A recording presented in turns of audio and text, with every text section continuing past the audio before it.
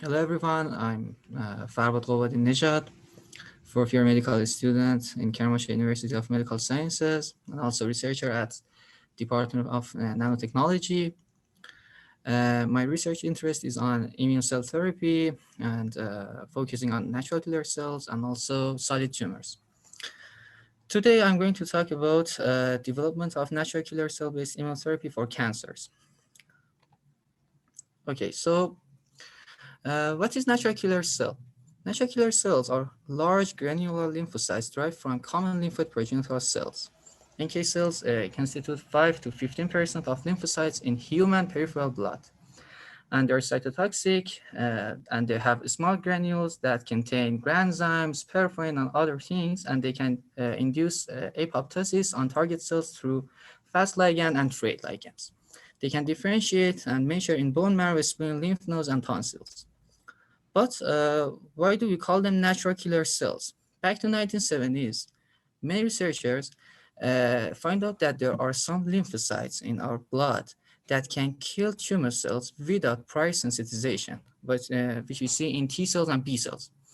So they thought that these cells can naturally be cytotoxic and they're natural killers. Actually, Dr. Herbermann and Dr. Kisling named these cells, I think.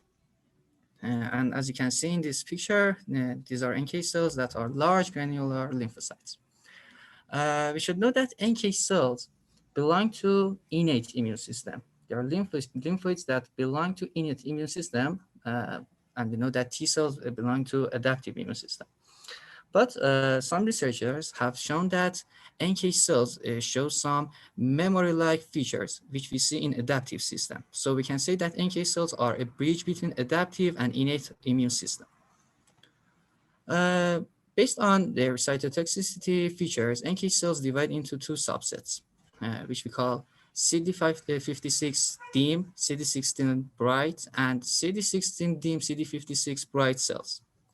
CD56 dim NK cells comprise up to 19% of NK cells in our peripheral blood and are considered to be the most cytotoxic subset. They have different mechanisms to kill tumor cells, including ADCC, antibody-dependent cell-mediated cytotoxicity, with their CD16 antigen. This is so important for NK cells and it's so functional.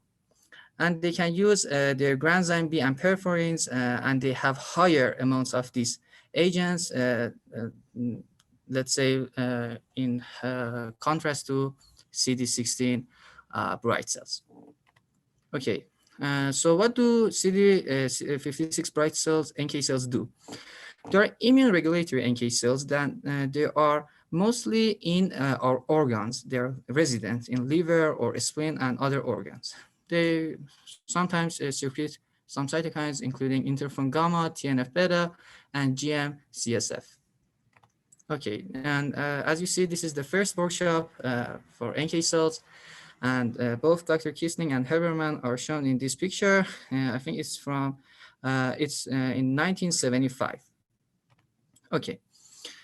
I said that NK cells can recognize tumor cells and transform cells from our normal cells without prior sensitization.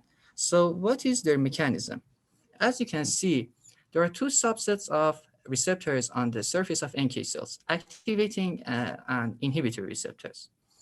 The balance between these receptors will result to NK cells killing or being, let's say, or having no response. I'm going to the next slide. As you can see, we have some activator receptors shown in green color and some inhibitory receptors shown in red colors. There are four mechanisms, four outcomes actually for these NK cells. As you can see, if our target cell have some doesn't have any activating ligands and express MHC class 1 on their surface, our NK cell recognize them as our normal cells, so we have no response. As you can see in B, let me have laser pointer. Okay. In B, we have a cell with no MHC class 1 ligand and no activating ligands. So again, our NK cells do not respond because it can't sense any activating signals. And in C, we have a cell with no MHC class 1, and also it has so many activating ligands. So this is a great target cell for NK cells, and they will attack this target. And in D, we have normal MHC class 1 and activating ligands, which cause to dynamic equilibrium. And if we have, let's say, more activating ligands, NK cell will attack this target.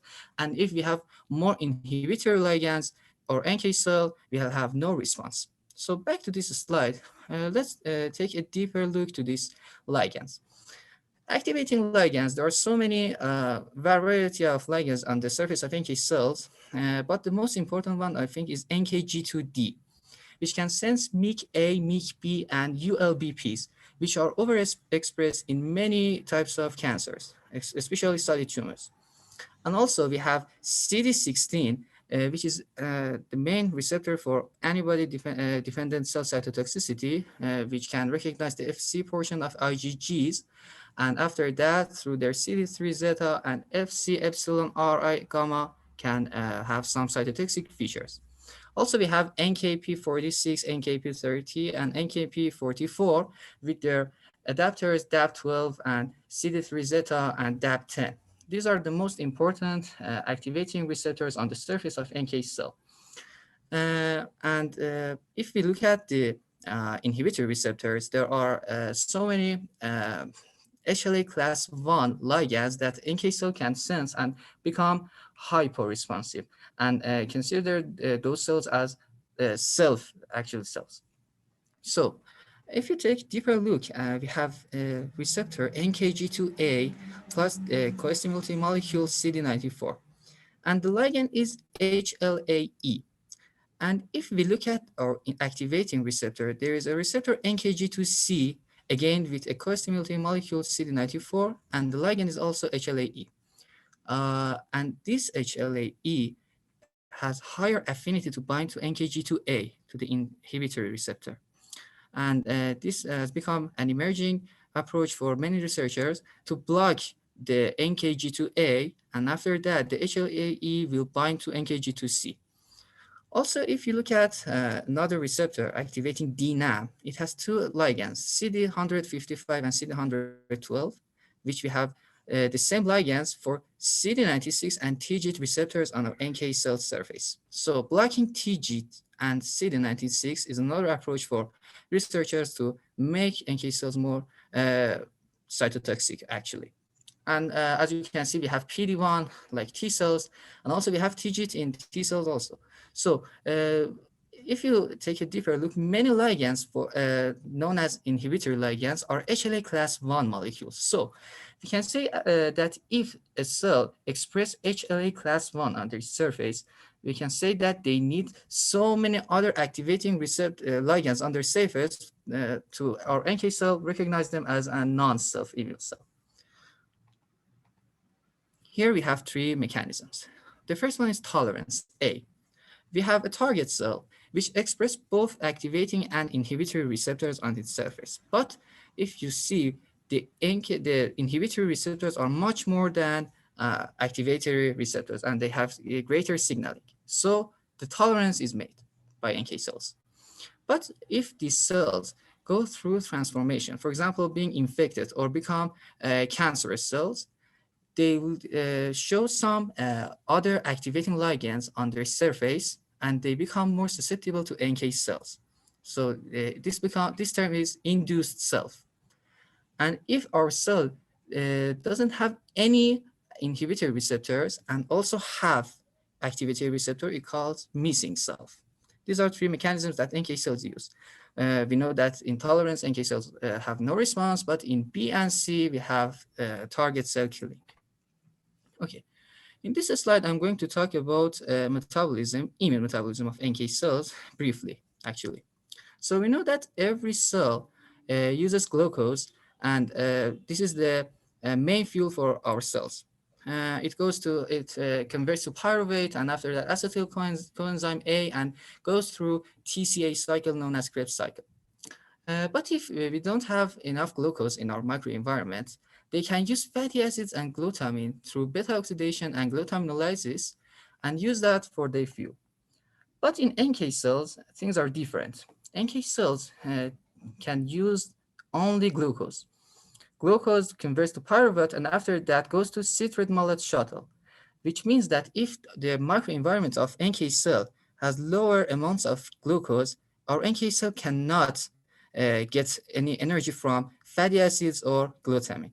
This is so important in tumor microenvironments because, as we know, many of solid tumors have lack of glucose because, let's say, tumor cells consume glucose 32 times more than a normal cell, anaerobic glucolysis.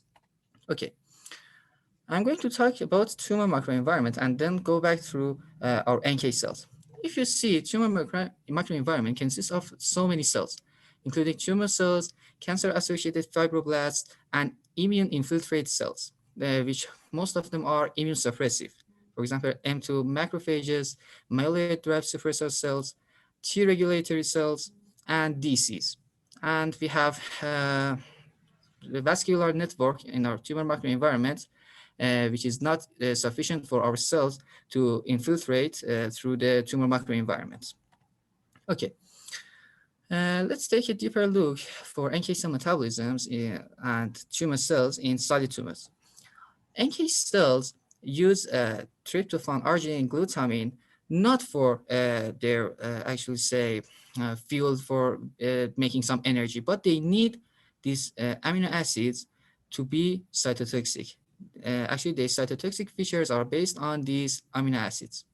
But as you see, the tumor cells and myeloid-derived suppressor cells use these amino acids from the tumor microenvironment, so there are lack of tryptophan, arginine, and glutamine in the microenvironment for NK cells. So they become hyperresponsive. And if you look at tryptophan, it goes through MDSCs and with indolamine deoxygenase, it converts to L-kynurenine. I'll talk about that in next slide. Also, if you look at arginine, it converts to nitric oxide.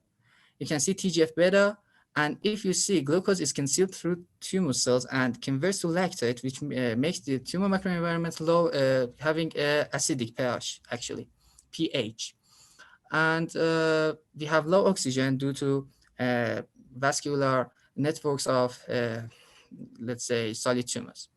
Okay, so if you saw from the tryptophan metabolism, it converts to L-kynurenine, and L-kynurenine will cause lesser cytotoxicity for NK cells, lesser cytokine production, and lesser expression of activating ligands on the surface of NK cells. Also, if you look at TGF-beta, this is a very important agent in tumor microenvironment, and it's so immune suppressive, and it's not also expressed by tumor cells, but from let's say, myeloid-derived suppressor cells, T regulatory cells, and cancer-associated fibroblasts. It causes lesser cytotoxicity, lesser cytokine production, lesser expression of activating ligands, and lesser degranulation of perforin and granzyme B. Also, lower pH leads to apoptosis, and also adenosine and low oxygen in the tumor microenvironment will lead to lesser cytotoxicity and other things that I mentioned before. Also, if you see, nitric oxide can lead to lesser antibody-dependent cell cytotoxicity. So, our tumor cells can do other things to evade immune system. One of the most important ones is matrix metalloproteinases and ADAMs. If you look at figure B, we have black ligands on the surface of NK cell, which are NKG2D, a main activating receptor on the NK cells. So they can sense their ligands, which are MYC-A, MYC-B, and ULBP. But the tumor cell use MMPs and ADAMs to cleave these ligands, and these cleaved ligands are soluble in the microenvironment. Our NK cell can sense these ligands, but there's no cell. So what's the response? After some time, after let's say 2 or 3 of these mechanisms, will lead to NK cell become exhausted. They will, let's say, shed their NKG2Ds and they are hyper-responsive to the same tumor cells that express MIC-A, MIC-B, and ULBP on their surface. This is called exhausted of NK cells, which is so important in so many solid tumors. And if you look at this figure, there are other cells than tumor cells: macrophages, MDSCs, T regulatory cells, DCs, and fibroblasts. One important conversion in tumor microenvironment is conversion of macrophage M1 to M2 macrophages. And this polarization is so important in tumor microenvironment because M1 macrophages can kill tumor cells, but M2 macrophages are so immune suppressive. They can suppress NK cells and CD8 positive cells and also M1 macrophages. MDSCs usually secrete TGF-beta, which is a key immunosuppressive agent in tumor microenvironment. Also, T regulatory cells secrete TGF-beta. But DCs have some, let's say, two phases. One part of them can actually secrete TGF-beta, interleukin-6 and interleukin-10, which is immunosuppressive. But if we can activate them, they can become interleukin 15 secretors that can lead to CD8 positive and NK cell activation. And cancer-associated fibroblasts are so important. They make the tumor microenvironment a very dense place for NK cells and other cytotoxic cells that may make the infiltration so hard for them. Also, they can secrete so many immunosuppressive cytokines that can lead to immune evasion. For example, if you see pancreatic ductal adenocarcinoma is the most lethal cancer among other solid tumors because it has so many cancer-associated fibroblasts and the tumor microenvironment is so dense. Aerophagy is another mechanism used by tumor cells to evade from our NK cells and immune system. If you look at the left figure, NK cell can sense tumor cell and degranulation is happening and granzyme B and perforin are going through the tumor cell. But the tumor cell use the autophagy mechanism and degrade these granzyme B and perforins. So this is a great mechanism used by smart tumor cells to evade from our immune cells. And also another one is that the tumor cells can secrete their activatory ligands through exosomes, which again, NK cells can sense the MIC-A, MIC-B, and ULBPs, but there's no cell. Then this will lead to exhaustion of NK cell after time. So how to overcome this? There are different mechanisms for us to make our NK cells more functional and make the tumor microenvironment a better place for adaptive cell transfer. The first one is alloreactive NK cells in haploidentical hematopoietic stem cell transplantation, which I'll talk about it in next slides. The other one is blockade of inhibitory NK receptors and immune checkpoints. So as you know, in 2018, immune checkpoints get the Nobel Prize. But if we block inhibitory NK receptors, some clinical trials stopped that use this mechanism because NK cells must be educated, and the education is by their let's say ligation of inhibitory receptors. If an NK cell you have so many inhibitory ligands receptors on its surface, we can say that it's mature. But the NK cells that do not express inhibitory receptors are immature and cannot be cytotoxic. So this is not a good approach, but immune checkpoints are great, actually for NK cells, just like CD8 positive T cells and CAR T cells. The other one is cytokine therapy, actually, with interleukin-2, interleukin-15, 18, 12, and 21, which has its adverse effects. For example, interleukin-2 has vascular leak syndrome and sometimes neurotoxicity led by interleukin-15. But we can use this in interleukins as cytokines actually in the media to make our NK cells activated. ADCC induced through tumor targeting monoclonal antibodies is another great approach, which we know that we have tri-specific killer engagers and bispecific killer engagers that are great approaches and strategies to overcome the tumor resistance. And also we have CAR NKs, just like CAR T cells, which I think it's better than CAR T cells because CAR NK cells can be off the shelf, but we know that CAR T cells are autologous and cannot be allogenic. And but some researchers are focusing on making these CAR T cells allogeneic. And the other mechanism is using viral therapy and anti-cancer drugs, and this can let the tumor cells become stressed, and the stressed cells are susceptible to NK cells. So I'm going to talk about source or isolation of NK cells. We have so many sources for NK cell therapy.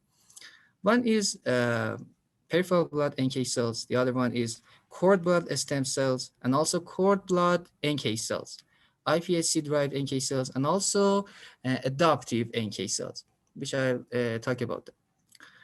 As I mentioned, 5 to 15% of lymphocytes in our peripheral blood are NK cells. We can use leukapheresis and separate the peripheral blood mononuclear cells. So we have a pool of cells made of T cells and NK cells. So with CD3, we can deplete these T cells, and we have a pool of B cells and NK cells.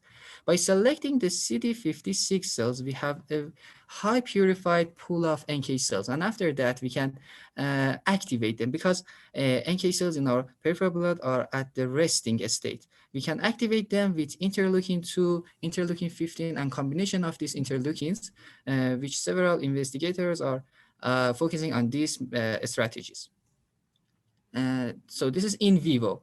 But we can propagate NK cells through ex vivo. We use K562 cells, and using genetic engineering, we can make them to express membrane-bound interleukin 15 or interleukin 21.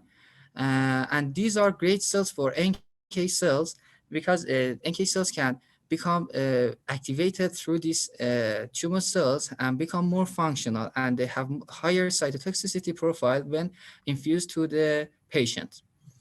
The other source is cord blood NK cells. Uh, as I said, in peripheral blood, 5 to 15% of lymphocytes are NK cells, but in cord blood, up to 30% of lymphocytes are NK cells. But there are some problems. NK cells from cord blood have lesser cytotoxic profiles, and they need more time to become functionalized, actually. But this is a great approach because we have cord blood banks, and it's better than actually getting NK cells from every single donor and its peripheral blood. But we can use cord blood stem cells rather than cord blood NK cells, and we can differentiate them with some in special medias and with some cytokines, and after that we can activate them also with ex vivo propagation through K562 cells, which you can see here. But it's time consuming. But we can say that NK cells are off the shelf. So we can make some banks of NK cells and use every NK cell with a specific HLA typing for a special patient. This is a great feature of NK cells, which T cells lack of, don't have this actually. And another strategy is iPSC stem cells. We can use these stem cells to and differentiate them to NK cells, but it's time consuming. About 7 weeks we need to get our NK cells from iPSCs and infuse them to our patients, which is so time consuming.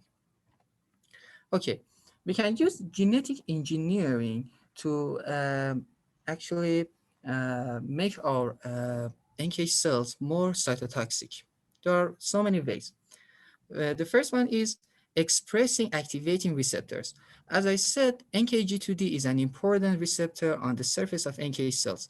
We can use genetic engineering through viral transduction or mRNA electroporation and express this receptor on the surface of NK cell, which can lead to more cytotoxic NK cells. And these NK cells in the media, when they face K562 cells, they have higher rates of cell killing and higher rate of expressing NKG2D receptors.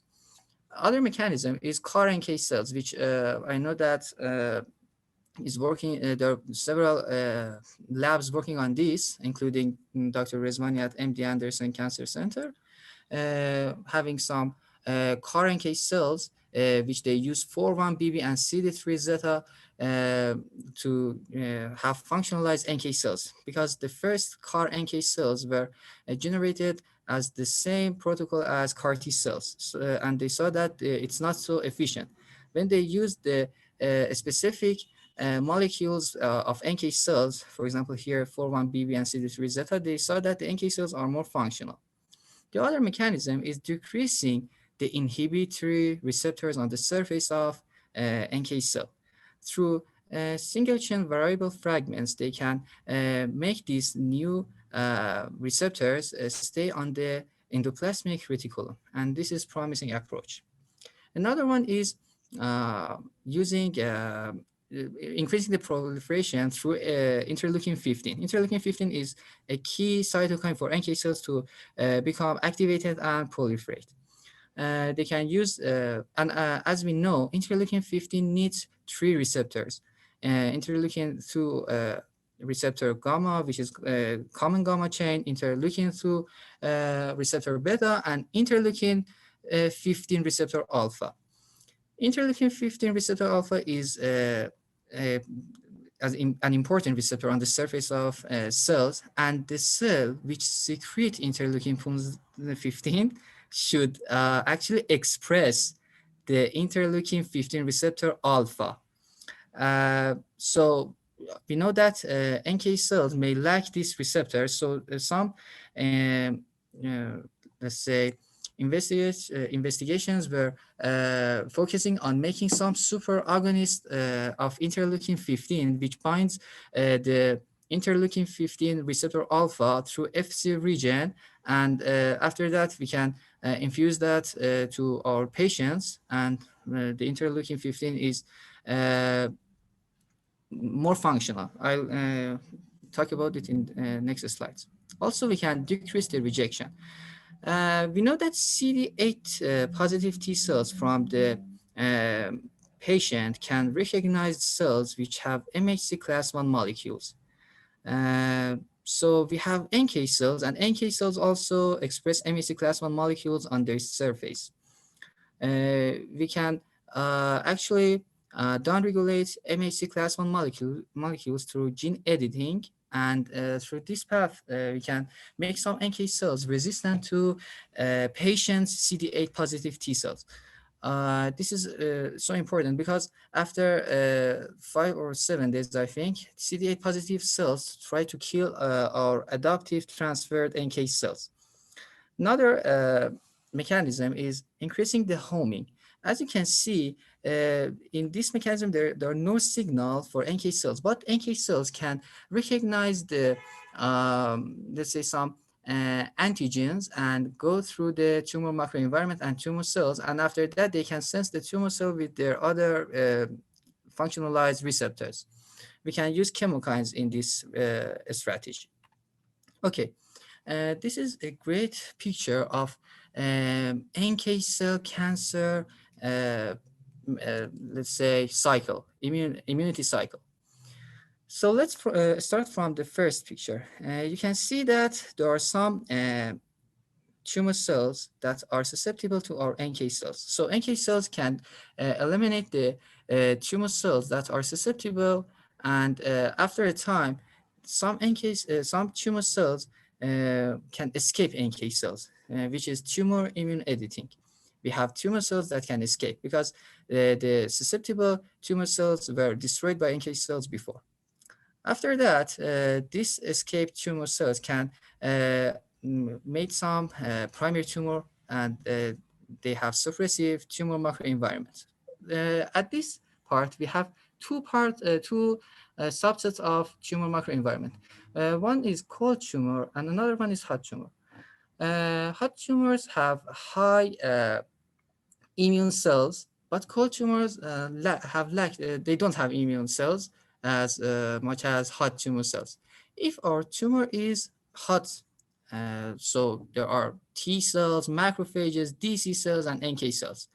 And our DC cells can, let's say, prime our CD8 positive T cells in draining lymph nodes, and T cell infiltration will increase, and the tumor regression, we can see the tumor regression.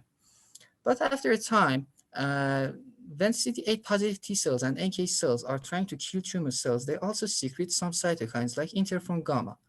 And this will lead to express of PDL1 and PD1 on the surface of tumor cells and also other immune-associated cells.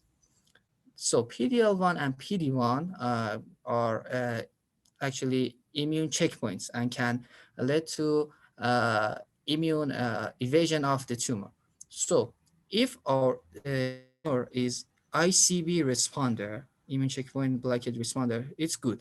We can eliminate many of tumor cells through this, let's say PDL1, for example. But if it's ICB non-responder, the things are different. In the group that is ICB responder, after a time, the ICB is also resistant through tumor cells and because of loss of MHC class 1 molecules. And we know that cells that do not express MHC class 1 molecules are susceptible to NK cells. So the cycle begins from the first. And we can use NK cell therapies to eliminate these cancer cells. So if our tumor is cold or if it's ICB non-responder, we can target them with chemotherapy, radiotherapy, and other targeted therapies, because we know that radiotherapy, chemotherapy, and targeted therapies can make these cells going to an stress level. And this stressful level will lead to become more susceptible to NK cells and other immune cells. I'm going to talk about immune editing by NK cells in this slide. If you can see, we have a heterogeneous pool of tumor cells. The green ones are sensitive to NK cell. The purple ones are resistant, and the blue ones are varied immunogenicity to NK cell. When this pool of tumor cells face the mature NK cells can eliminate tumor cells, but they cannot eliminate the purple ones, as we see in the right part of this picture. After that, we have an NK cell edited pool of tumor cells because the sensitive ones were eliminated before.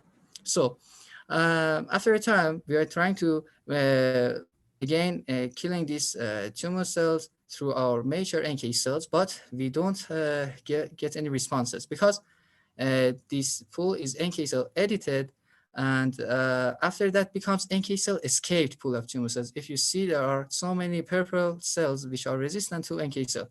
This process is called immune editing by NK cells. So as a quick recap, I'm going to talk about the different mechanisms, strategies used to enhance our NK cell cytotoxicity. We can block the immune suppressive receptors of on the surface of NK cells, or we can block the agents. For example, here we have TGF beta. We can, let's say, downregulate the TGF beta receptor on our NK cells through gene editing, or we can block our TGF beta agent. Also, this is also we can enhance the immune the receptors that are useful for cytotoxic features of NK cells, like interleukin 12, interleukin 15, interleukin 2, through different mechanisms, different strategies. We can use recombinant interleukin 15, or we can use interleukin 15 superagonist, as I said, N803. As you can see, we have an FSC portion of IgG, and we have fused this to interleukin 15 receptor alpha, and we have interleukin 15. So our NK cell just need to express interleukin 15 beta and gamma chain receptor on its surface, which most of our NK cells express these two receptors. Also, we can enhance our NK cell cytotoxicity through an important receptor, CD16, which is the main reason of ADCC. We know that ADAM17 can cleave this CD16, so we can make some CD16s that are genetically modified and are cleavage resistant. This is a great and promising approach for NK cell cytotoxicity. And also we can use tri-specific killer engagers. These engagers have one specific part for tumor cell. For example, here it's CD19 for B-cell lymphoma. and two specific regions for our NK cells, which is interleukin 15 and CD16. This is a great promising approach for our strategies. And we can use also CAR NK cells. Here we have CAR NK cell against CD19 tumor cells. We can use, as I said before, genetically modified, high affinity, cleavage resistant variants of CD16, because as we know, CD16s are have low affinity. So we can genetically modify them, not only become resistant to cleavage, but also become having higher affinity. And also we can generate our NK cells to become adaptive NK cells. What is adaptive NK cells? As I said, NK cells can make some cells which have some memory-like features, which we see in adaptive immune system. This process was actually uh, led by NKG2C and CD57. NKG2C can recognize cytomegalovirus infection. And they saw that the NK cells which were exposed to cytomegalovirus infected cells became CD57 positive and had higher responses to the same cells after uh, infused to other donors and other cells. We can also knock out CD38, which is an immune checkpoint, I think, and we can inhibit other immune checkpoints such as PD1. And it's interesting that some NK cells have PDL1 on their surface, so we should know that which type of NK cells we are choosing. For example, in renal cell carcinoma, we can use PDL1 to target our NK cells, but in pancreatic cancer, we can use PD1. And we can inhibit NKG2A, which has the same ligand as NKG2C. This is another promising approach. We can enhance our NK cell cytotoxicity through inducing frail and fast ligands, and we can make our activating receptors become more expressed on the surface of our NK cells, such as NKG2D and NKP46. By inhibiting the ADAM17, we can make MIC-A, MIC-A-B, and ULBPs to be on the surface of the tumor cells and prevent shedding of them. And we can use some chemokines like CCL2 and CCL5 and other chemokines to make NK cells infiltrate through specific tumors. I know that we can use CCL2 for renal cell carcinoma. And also we have interferon gamma production, which led to MHC1 and MHC2 expression on the surface of target cells. So after NK cells kill so many cells, target cells actually, they also secrete so many amounts of interferon gamma. This leads to expression of MHC class 1 on the surface of so many target cells. So after a time, NK cells cannot kill them. But cells that express MHC class 1 on their surface are susceptible to CD8 positive T cells. This is a great cycle for our strategies. We can use NK and T cells one after another to kill the variable tumors, actually, variable cells, actually. So I'm going to end my actually talk about this title with this slide. As you can see, NK cells have so many interactions with other immune cells. NK cells can be inhibited by myeloid-derived suppressor cells, which can also inhibit T cells. And here we have DCs, which can activate T cells, and NK cells can activate DC cells. NK cells can kill cancer cells and lead to higher expression of HLA class 1 on the surface of cancer cells. So higher expression of HLA class 1 on the surface of cancer cells will lead to susceptibility to CD8 positive T cells. And after a time, again, T cell killing will lead to immune editing, and we have cells that have lower expression of HLA class 1 on their surface, and they are more susceptible to NK cells. And this cycle is going to be repeated till the cancer kills the patient, or we can eliminate the cancer and metastatic cells. Thank you.